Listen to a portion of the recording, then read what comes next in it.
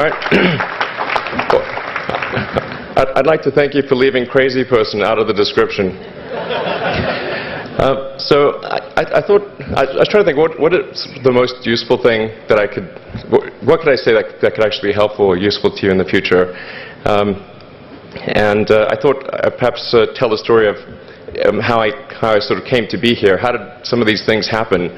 And maybe there's some lessons there, because I often find myself wondering, how did this happen? So when I was young, I didn't really know what I was going to do when I got older.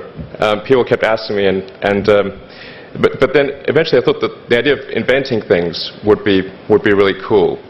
And the reason I thought that was because I read a quote from Arthur C. Clarke, which said that a sufficiently advanced technology is indistinguishable from magic, and that's really true.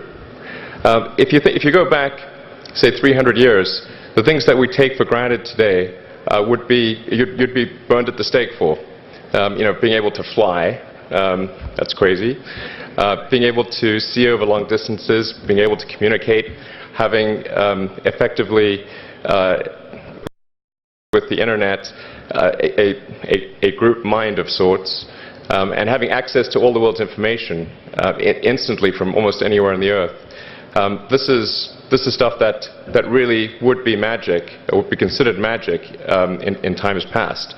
In fact, I think it actually goes beyond that, because there are many things that we take for granted today that weren't even imagined in times past. They weren't even in the realm of magic. So it actually goes beyond that. So I thought, well, if I can do some of those things, basically if I can advance technology, then that's like magic, and that would be really cool. I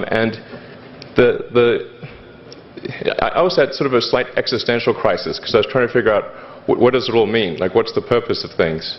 And I came to the conclusion that if we can advance the knowledge of the world, if we can do things that expand the scope and scale of consciousness, then we're better able to ask the right questions and become more enlightened, and that's really the only way forward. So I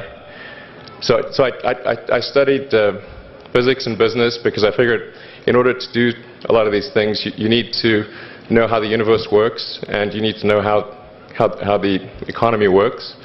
And you also need to be able to bring a lot of people together to work with you to create something, because it's very difficult to do something as an individual if it's a significant technology. So I originally came out to California to try to figure out how to improve the energy density of electric vehicles, basically to try to figure out if there was an advanced capacitor that could serve as an alternative to batteries. And that was in '95, and that's also when the internet started to happen. And I thought, well, I can either pursue this technology where success may not be one of the possible outcomes, which is always tricky, or participate in the internet and be part of it. So I decided to drop out. Now, obviously, fortunately, we're past graduation, so I can't be accused of recommending that to you. So did some internet stuff. Did a few things here and there. One of which was PayPal. And I think maybe it's helpful to say one of the things that was important there in the creation of PayPal was kind of how it started, because initially the initial thought was with PayPal was to create an agglomeration of financial services, so to have one place where all of your financial services needs would be seamlessly integrated and work smoothly. And then we had like a little feature which was to do email payments. And whenever we'd show the system off to someone, we'd show the hard part, which was the agglomeration of financial services, which was quite difficult to put together. Nobody was interested.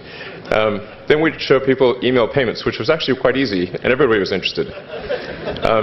This is, I think it's important to take feedback from your environment. you want to be as closed loop as possible. So we focused on email payments and really try to make that work, and that's what really got things to take off. But if we hadn't responded to what people said, then we probably would not have been successful. So it's important to look for things like that and focus on them when you see them, and correct your prior assumptions. And then let's get some more. Going from PayPal, I thought, well, what are some of the other problems that are likely to most affect the future of humanity? It really wasn't from the perspective of what's the rank-ordered best way to make money, which is okay, but it was really what I think is going to most affect the future of humanity. So I think the biggest terrestrial problem we've got is sustainable energy, but the production and consumption of energy in a sustainable manner. If we don't solve that this century, we're in deep trouble. And then the other one being the extension of life beyond Earth to make life multiplanetary. So that's the basis for the latter is the basis for SpaceX, and the former is the basis for Tesla and Solar City. And when I started SpaceX, initially I thought that, well, there's no way one could possibly start a rocket company. I wasn't that crazy. But then I thought, well, what is a way to increase NASA's budget? That was actually my initial goal. So I thought, well, if we can do a low-cost mission to Mars, something called Mars Oasis, which would land seeds with seeds in dehydrated nutrient gel, and you hydrate them upon landing, and then you'd have this great sort of money shot of green plants on a red background, and the public tends to respond to precedents and superlatives, and this would be the first life on Mars, the furthest that life's ever traveled, as far as we know. And I thought, well, that would get people really excited, and therefore increase NASA's budget. So obviously, the financial outcome from such a mission would probably be zero. So anything better than that was on the upside. So I actually went to Russia 3 times to look at buying a refurbished ICBM. Because that was the best deal. And I can tell you it was very weird going there in late 2001, 2002, going to the Russian rocket forces and saying, I'd like to buy 2 of your biggest rockets, but you can keep the nuke. That's a lot more. And that was 10 years ago, I guess, so they thought I was crazy, but I did have money, so that was okay. And after making several trips to Russia, I came to the conclusion that actually my initial impression was wrong about because my initial thought was, well, that there's not enough will to explore and expand beyond Earth and have a Mars base and that kind of thing. But I came to the conclusion that was wrong. In fact, there's plenty of will, particularly in the United States, because the United States is a nation of explorers, of people who came here from other parts of the world. I think the United States is really a distillation of the spirit of human exploration. So, but if people think it's impossible, then, or it's going to completely break the federal budget, then they're not going to do it.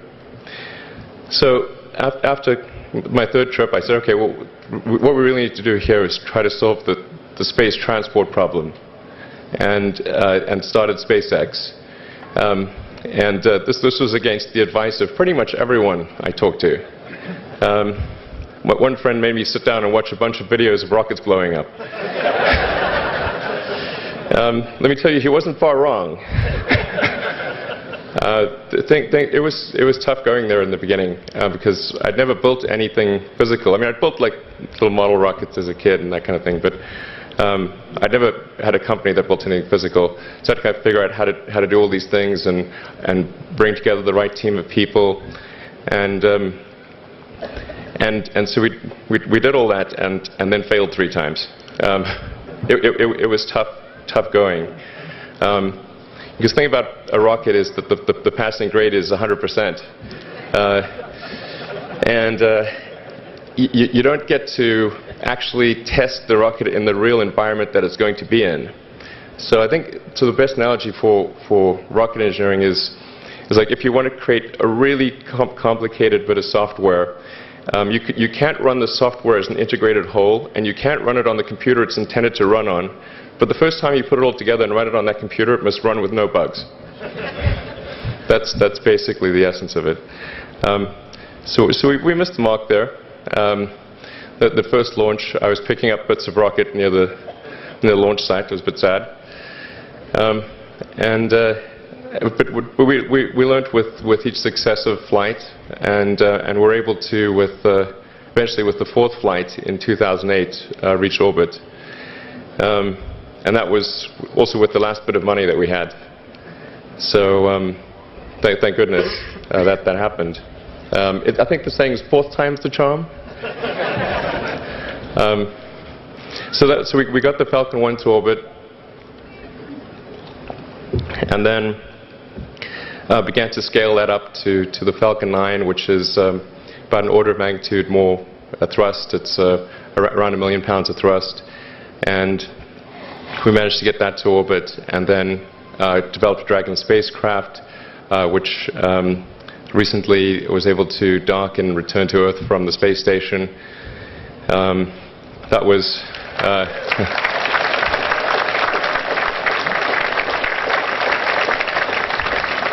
thanks. That was a white-knuckled event. Yeah, it's a huge relief. Still can't quite believe it actually happened. But there's a lot more that must happen beyond this in order for humanity to become a spacefaring civilization, and ultimately a multi-planet species. And that's something I think it's vitally important, and I hope that some of you will participate in that, either at SpaceX or at other companies, because it's just really one of the most important things for the preservation and extension of consciousness. I mean, it's worth noting, as I'm sure people are aware, the Earth has been around for 4 billion years, and civilization, at least in terms of having writing, has been around for 10,000 years, and that's being generous. It's really somewhat of a tenuous existence that civilization and consciousness, as we know it, has been on Earth, and I think I'm actually fairly optimistic about the future of Earth. So I don't want to sort of people to have the wrong impression that I think we're all about to die. I think things will most likely be okay for a long time on Earth, but not for sure, but most likely. But even if it's sort of 99% likely, a 1% chance is still worth spending a fair bit of effort to ensure that we've backed up the biosphere, planetary redundancy, if you will. And so I think it's really quite important. And in order to do that, there's a breakthrough that needs to occur, which is to create a rapidly and completely reusable transport system to Mars, which is one of those things that's right on the borderline of impossible. But that's sort of the thing that we're going to try to achieve there with SpaceX. And then on the Tesla front, the goal with Tesla was really to try to show that what electric cars can do, because people had the wrong impression. We had to change people's perception of an electric vehicle, because they used to think of it as something that was slow and ugly and had low range, kind of like a golf cart. So that's why we created the Tesla Roadster, to show that you can be fast, attractive, and long range. And it's amazing how, even though you can show that something works on paper, and the calculations are very clear, until you actually have the physical object and they can drive it, it doesn't really sink in for people. And so that I think is something worth noting. If you're going to create a company, the first thing you should try to do is create a working prototype. Everything looks great on PowerPoint. you can make anything work on PowerPoint. But if you have an actual demonstration article, even if it's in primitive form, that's much more effective for convincing people. So we made the Tesla Roadster, and now we're coming out soon with the Model S, which is a four-door sedan. Because after we made the Tesla Roadster, people said, "Oh, sure. We always knew you could make a car like that. It's an expensive car, and it's low volume, and it's small, and all that. But you couldn't make a real car." Like, okay, fine. We've got to make that too. So that's coming out soon. Yeah. So that's the I think where things are, and hopefully there are some lessons to be drawn there.